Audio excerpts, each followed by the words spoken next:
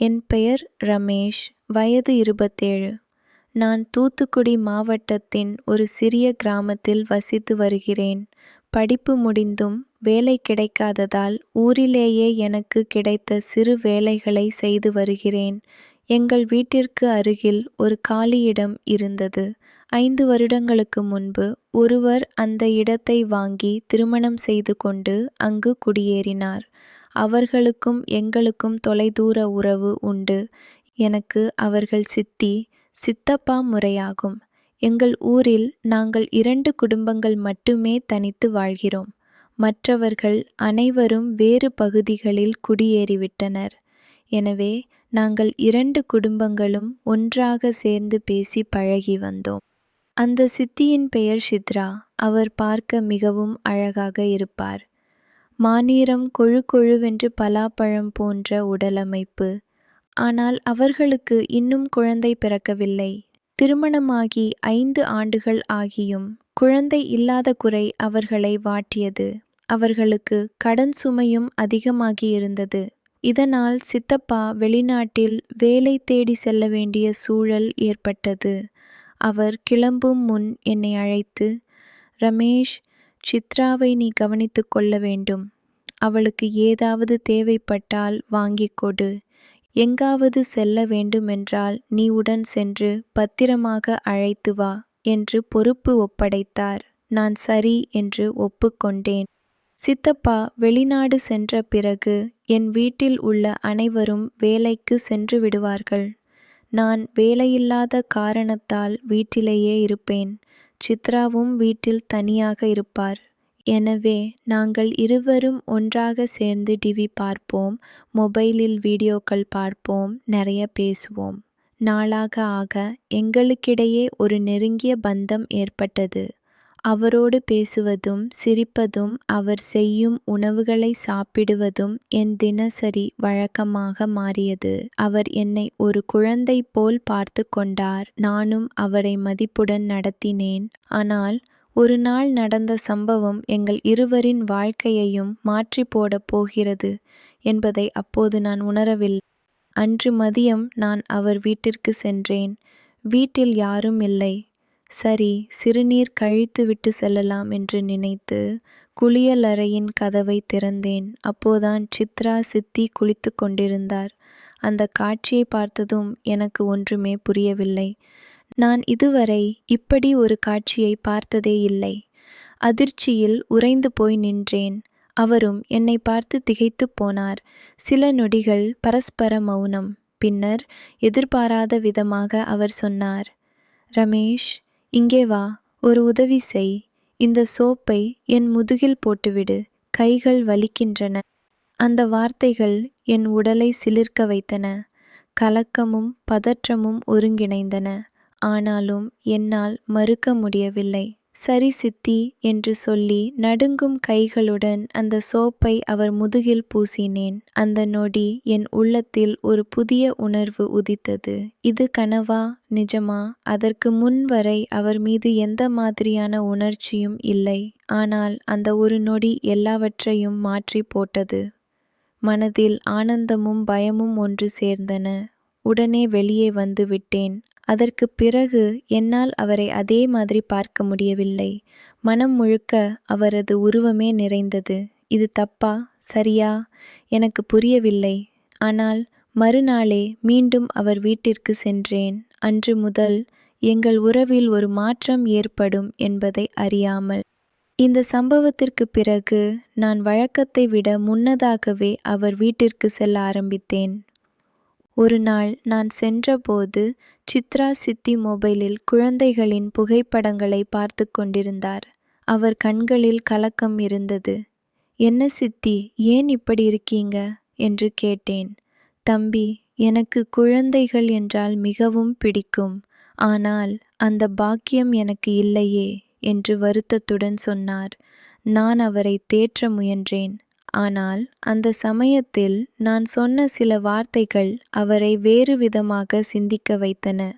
நான் தானே இருக்கேன் என்ற எனது வார்த்தையை அவர் வேறு அர்த்தத்தில் எடுத்துக்கொண்டார். நான் உடனே, ஐயோ, நான் உங்களுக்கு குழந்தை மாதிரி இல்லையா என்று திருத்தி சொன்னேன். அப்போதுதான் அவர் முகத்தில் புன்னகை விரிந்தது. அந்த சின்ன தவறான புரிதல் கூட எங்கள் உறவை மேலும் இறுக்கியது. அதற்குப் பிறகு ஒரு நாள் நான் அவர் மடியில் படுத்துக்கொண்டு மொபைல் பார்த்தேன். அவர் டிவி பார்த்து கொண்டிருந்தார். சித்தி, நீங்கள் ஏன் டாக்டரிடம் சென்று பரிசோதனை செய்து கொள்ளவில்லை என்று கேட்டேன். உன் சித்தப்பா அதற்கு சம்மதிக்க மாட்டார். அவருக்கு குழந்தை மீது ஆசையே இல்லை. நான் தான் ஏங்குகிறேன் என்று வேதனையுடன் சொன்னார். அவர் பேச்சு கேட்டு என் மனம் கனத்தது. உடனே, சரி சித்தி, நான் உங்களை மருத்துவமனைக்கு கூட்டி செல்கிறேன், கவலைப்படாதீர்கள் என்று உறுதியாக சொன்னேன். கொஞ்சம் பிடிவாதமாக பேசி அவரை சம்மதிக்க வைத்தேன். மருத்துவமனை பயணத்தில் எங்களுக்கு என்ன நடக்கும்? பஸ் கூட்டத்தில் எதிர்பாராத சம்பவங்கள் நிகழுமா? டாக்டர் சொல்லும் உண்மை என்ன? இந்த கேள்விகள் என் மனதில் அலைமோதின. ஒரு புறம் பதற்றம், மறுபுறம் அவருக்கு உதவ வேண்டும் என்ற ஆர்வம். இந்த பயணம் எங்கள் உறவில் புதிய பரிமாணத்தை ஏற்படுத்தும் என்பதை அப்போது நான் உணரவில்லை. இனி வரும் பகுதியில் சித்ராவின் மனநிலை எப்படி மாறும்? பஸ் பயணத்தில் நடக்கும் எதிர்பாராத சம்பவங்கள் என்ன? டாக்டர் கூறும் உண்மை எங்கள் உறவை எப்படி பாதிக்கும்?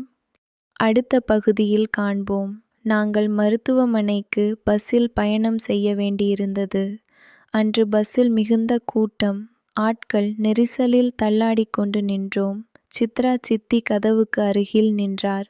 நான் சற்று தள்ளி நின்றேன். பஸ் கிளம்பியது. ஒவ்வொரு நிறுத்தத்திலும் மக்கள் ஏறிக்கொண்டே இருந்தனர். நெரிசல் அதிகமானது.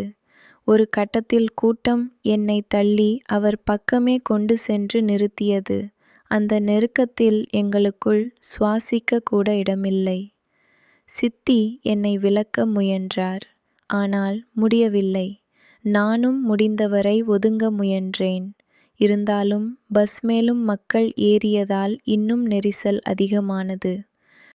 ஒரு கட்டத்தில் எனக்கும் அவருக்கும் இடையில் ஒரு சிறு இடைவெளி வந்தது. நான் உடனே அங்கு நகர்ந்து நின்றேன். சித்தி என்னை ஒரு மாதிரி பார்த்தார். அந்த பார்வையில் எரிச்சலா ஏமாற்றமா என்பது தெரியவில்லை. நாங்கள் அமைதியாக பயணம் செய்தோம். எங்களுக்குள் பேச்சு இல்லை. ஆனால் அந்த மௌனத்தில் ஏதோ ஒரு பதற்றம் இருந்தது. எனக்கு அவர் மனதில் என்ன ஓடுகிறது என்று புரியவில்லை. நான் அவருக்கு அருகில் நின்றது அவருக்கு சங்கடமாக இருந்ததா அல்லது வேறு ஏதாவது காரணமா? இந்த கேள்விகள் என்னை அலைக்கழித்தன. பஸ் பயணம் முழுவதும் நாங்கள் கண்களை மட்டும் பார்த்து கொண்டோம். வார்த்தைகள் எதுவும் பரிமாறப்படவில்லை. மருத்துவமனைக்கு வந்ததும் டாக்டர் சித்ராவை பரிசோதித்தார். பல்வேறு பரிசோதனைகளுக்கு பிறகு டாக்டர் ஒரு முக்கியமான விஷயத்தை கூறினார். உங்களுக்கு எந்த பிரச்சனையும் இல்லை. உங்கள் கணவருக்கு தான் பிரச்சனை இருக்கும்.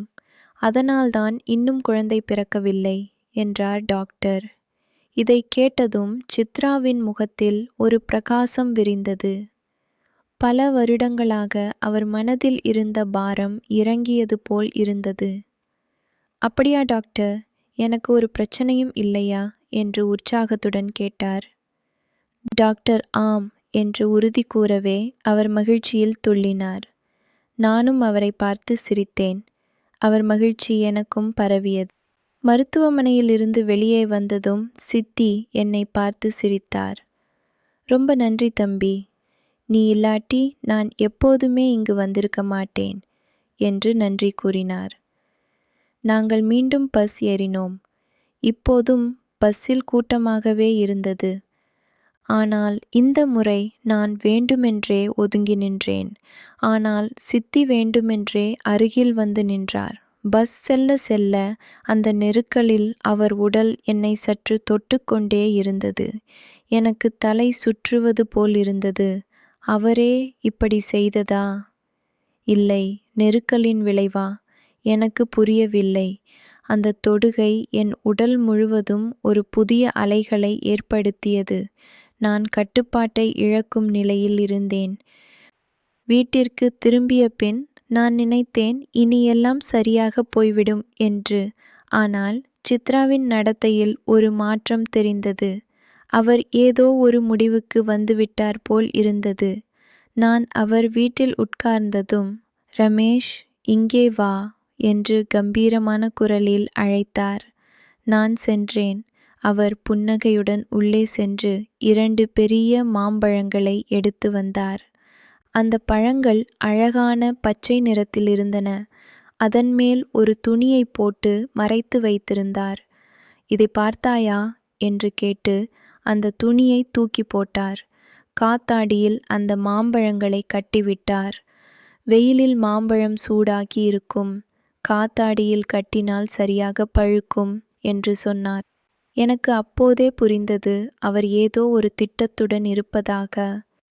ரமேஷ், நீ உன் வீட்டில் இருக்கும் கடப்பாரையை எடுத்து வா, உனக்கு ஒரு சர்ப்ரைஸ் இருக்கிறது என்றார்.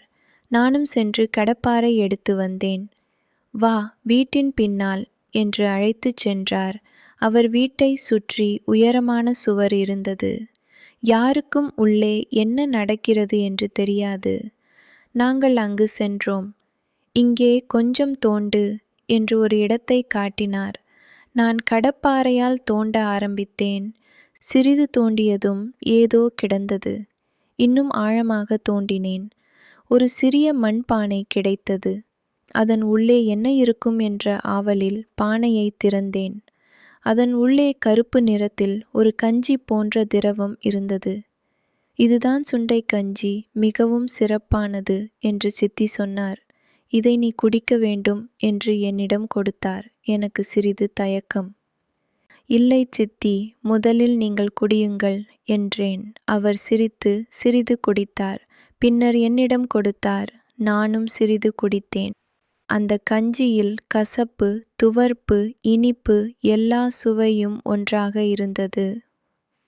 இனிமேல் எல்லாம் நல்லதுதான் என்று சித்தி கூறினார். அந்த நொடி எனக்கு ஒரு புதிய உறுதி கிடைத்தது போலிருந்தது. ஆனால் இந்த கஞ்சிக்கு பின்னால் என்ன மர்மம் இருக்கிறது? அது எங்கள் உறவில் என்ன மாற்றத்தை ஏற்படுத்தப் போகிறது? இந்த சுண்டை கஞ்சியின் மர்மம் என்ன? அதை குடித்த பிறகு சித்ராவின் நடத்தையில் ஏற்படும் மாற்றம் எப்படிப்பட்டது? நாங்கள் இருவரும் இடையேயான புரிதல் மேலும் ஆழமாகுமா? அடுத்த பகுதியில் படியுங்கள். அந்த நாளிலிருந்து எங்கள் உறவில் ஒரு புதிய திருப்பம் ஏற்பட்டது. நான் ஒவ்வொரு நாளும் காலையிலேயே சித்தி வீட்டிற்கு செல்ல ஆரம்பித்தேன். கொஞ்சம் கொஞ்சமாக நாங்கள் ஒரு குடும்பம் போல் மாறிக்கொண்டிருந்தோம். அவர் செய்யும் வேலைகளுக்கு நான் உதவி செய்வேன்.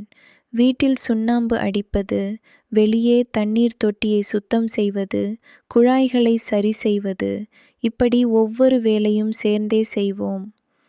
சித்ரா சித்தி எனக்கு பணியாரம், உப்புமா, இட்லி போன்றவற்றை செய்து தருவார். எனக்கு பிடித்தமான பழங்களான மாம்பழம், நுங்கு, பலாச்சுளை என அவர் வாங்கி வைப்பார். நான் வேலையிலிருந்து ஓய்வு எடுக்கும் போது, ரமேஷ், இதை சாப்பிடு என்று பாசத்துடன் கொடுப்பார். அவரது அன்பு நாளுக்கு நாள் அதிகமாகிக் கொண்டே சென்றது. ஆனால் அந்த அன்பு எல்லை மீறாத வகையில் நான் கவனித்துக் கொண்டேன். சில நாட்களுக்குப் பிறகு சித்ராவின் பேச்சிலும் செய்கையிலும் ஒரு தனி மகிழ்ச்சி தெரிந்தது.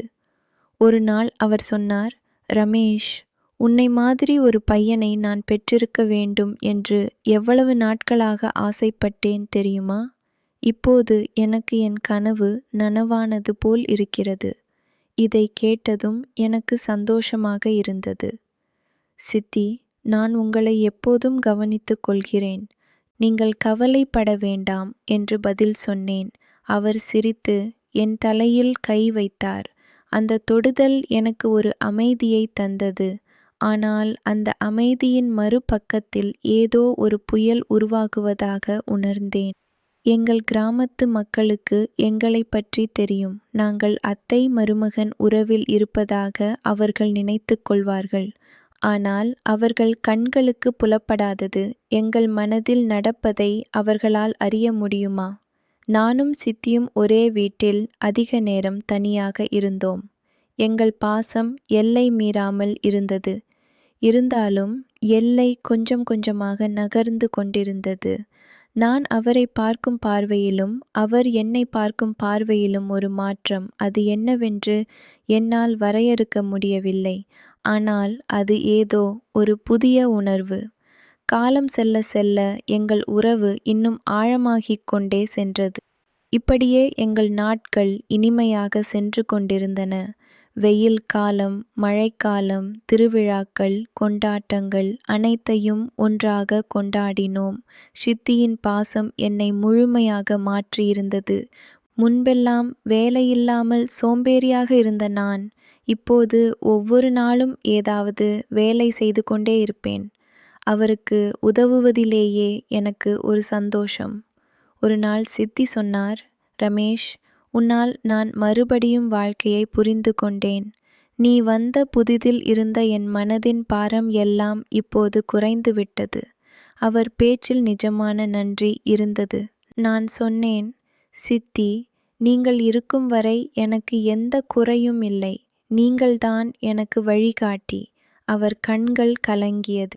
நாங்கள் ஒரு சிறிய தோட்டமும் போட்டிருந்தோம். வீட்டின் பின்னாலும் முன்னாலும் எங்கெல்லாம் இடம் இருந்ததோ அங்கெல்லாம் காய்கறிகளை விதைத்திருந்தோம். கத்தரி, மிளகாய், தக்காளி, கொத்தமல்லி, குட்டி குட்டி செடிகள். காலையில் நான் தண்ணீர் ஊற்றுவேன். மாலையில் சித்தி களை எடுப்பார். ஒருமையில் இருந்தால் போதும், பாட்டுக்கு வேலை. சில நேரம் சத்தமே இல்லாமல் அமைதியாக வேலை செய்வோம். அந்த அமைதியில் ஒரு இனிமை. இரவு நேரங்களில் டிவி பார்க்கும்போது என் தலை சித்தி மடியில் இருக்கும். அவர் என் தலையை வருடிக் கொண்டே, ரமேஷ், உனக்கு எப்போதாவது காதல் வராதா? கல்யாணம் செய்து கொள்ளப் போகிறாயா என்று கேட்பார். நான் சிரித்து, இப்போது எனக்கு இதெல்லாம் தேவையில்லை சித்தி, நான் சந்தோஷமாக இருக்கிறேன் என்று சொல்வேன். உண்மைதான், அவர் அருகில் இருந்தால் போதும், எல்லாம் போதும். ஆனால் ஒரு நாள் திடீரென்று அவர் முகம் வாடிப்போனது. என்ன சித்தி, ஏன் இப்படி இருக்கீங்க என்று கேட்டேன். அவர் என்னை பார்த்தார்.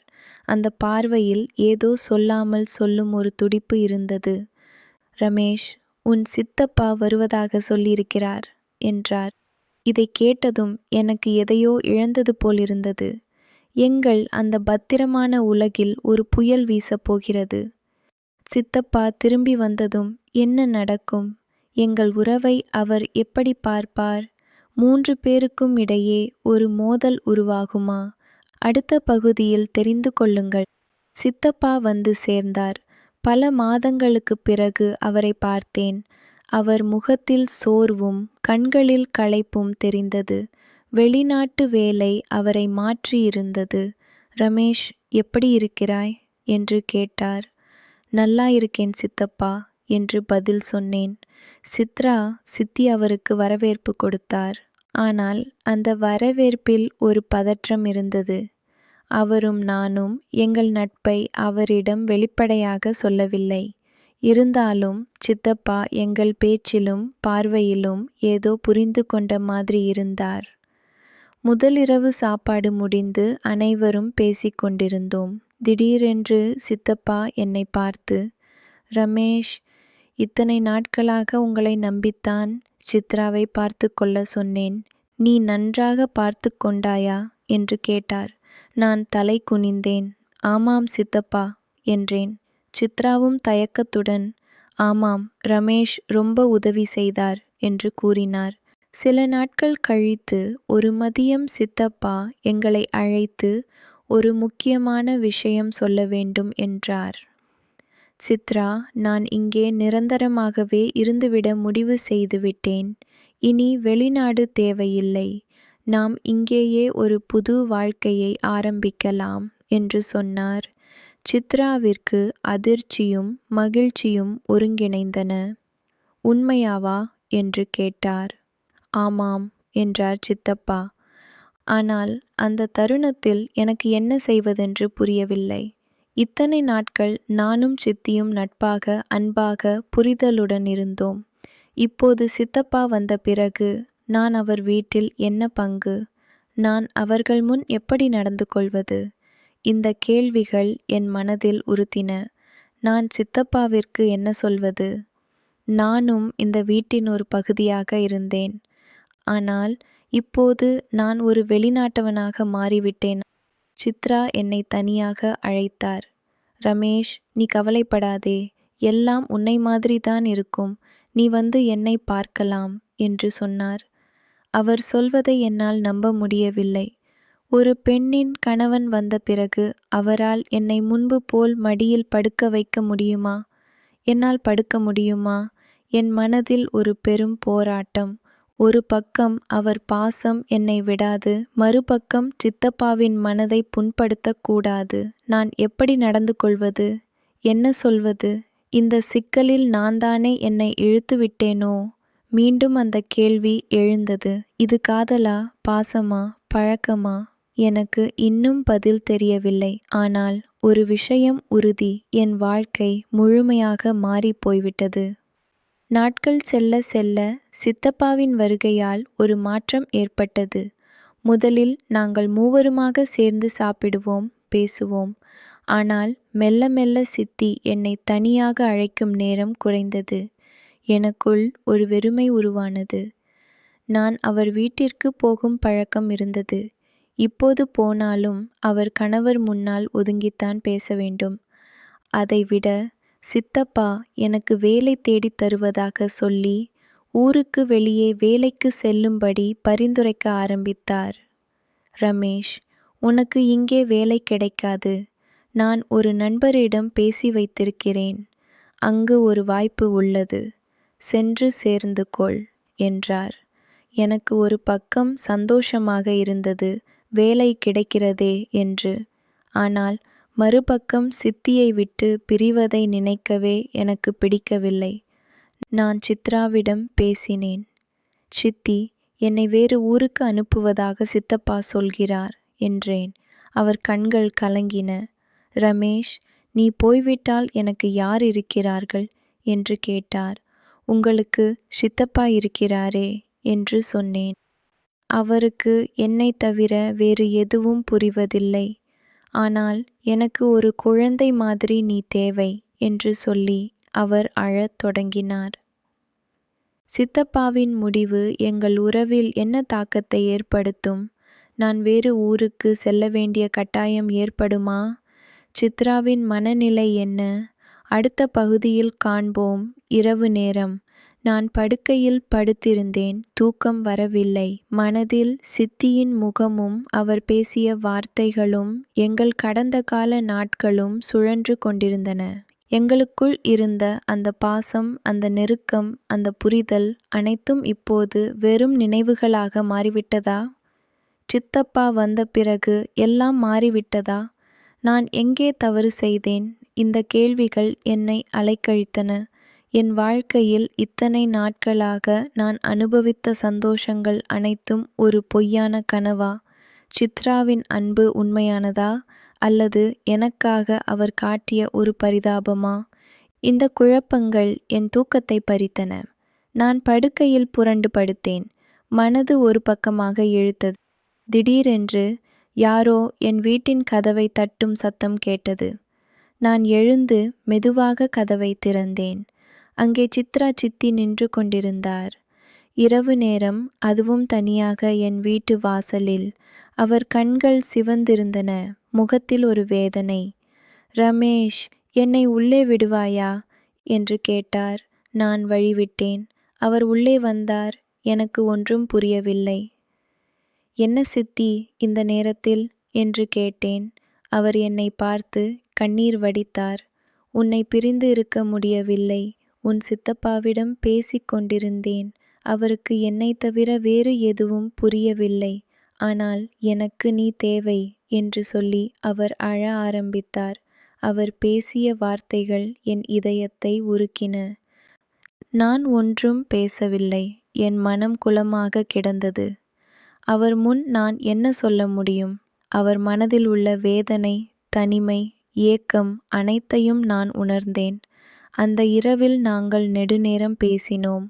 என்ன பேசினோம் என்பதை வார்த்தைகளால் சொல்ல முடியாது. சில விஷயங்களை வார்த்தைகளால் சொல்ல முடியாது. எங்கள் கண்கள் மூலமாக பேசினோம். எங்கள் மௌனம் மூலமாக புரிந்து கொண்டோம்.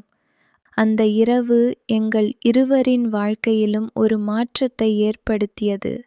நான் என்ன செய்ய வேண்டும்? அவர் என்ன எதிர்பார்க்கிறார்? எங்கள் உறவின் எல்லை எங்கு முடிகிறது? இந்த கேள்விகளுக்கு பதில் இல்லாமல் நாங்கள் இருவரும் அந்த இரவை கழித்தோம். மறுநாள் காலை சித்தப்பா எதுவும் சந்தேகப்படாத வண்ணம் நான் ஊரை விட்டு புறப்பட்டேன். வேலைக்காக. எனக்கு கிடைத்த வேலை வாய்ப்பை ஏற்று சித்தப்பா சொன்ன இடத்திற்கு செல்ல முடிவு செய்தேன். நான் கிளம்பும் முன் சித்ரா என்னை பார்த்து, ரமேஷ், நீ திரும்பி வந்ததும் நாங்கள் பழையது போல் இருப்போம் என்று சொன்னார். அந்த வாக்கு என்னுள் ஒரு எதிர்பார்ப்பை விதைத்தது. நான் ஊரை விட்டு கிளம்பினேன். புதிய ஊர், புதிய வேலை, புதிய மனிதர்கள். ஆனால் என் மனதில் ஒரே ஒரு படம்தான் இருந்தது. சித்ராவின் சிரிப்பு, அவர் முதுகில் நான் வைத்த சோப்பு, காத்தாடியில் கட்டிய மாம்பழங்கள், இரவு நேர சந்திப்பு, இவையெல்லாம் என் நினைவில் பதிந்துவிட்டன. இன்று பல வருடங்கள் கடந்துவிட்டன. எனக்கு வேலை இருக்கிறது. நான் படித்தது போன்ற வேலை இல்லை. ஆனால் ஒரு வேலை இருக்கிறது. நான் தூத்துக்குடி ஊருக்கு இன்னும் திரும்பவில்லை. திரும்பினால் அந்த வீட்டிற்குள் நுழைவேனா? சித்ராவை மறுபடியும் பார்ப்பேனா? எனக்கு தெரியாது. தெரிந்தாலும் அதுவரை இந்த நினைவுகளுடன் நான் வாழத்தான் வேண்டும். என் மனதில் இந்த கேள்வி உறுத்து கொண்டே இருக்கிறது. இது தப்பா, சரியா? எனக்கு பதில் கிடைக்கவில்லை. வாழ்க்கை எப்போதும் நினைத்தபடி நடப்பதில்லை. சில சமயம் ஒரு சாதாரண தவறு கூட உங்கள் முழு வாழ்க்கையையும் மாற்றிப் போடும். ஒரு திறந்த குளியலறை கதவு, ஒரு சோப்பு, ஒரு மாம்பழம், இவை அனைத்தும் என் வாழ்க்கையின் திருப்புமுனைகள். ரமேஷ் திரும்பி வருவாரா? சித்ராவும் ரமேஷும் மீண்டும் சந்திப்பார்களா? சித்தப்பாவிற்கு அவர்கள் உறவு பற்றி தெரியுமா? இந்த கேள்விகளுக்கான பதில் வாழ்க்கையின் எதிர்காலத்தில் இருக்கிறது. இந்த கதையின் முடிவு உங்கள் கற்பனைக்கு விட்டுவிடுகிறோம். நன்றி.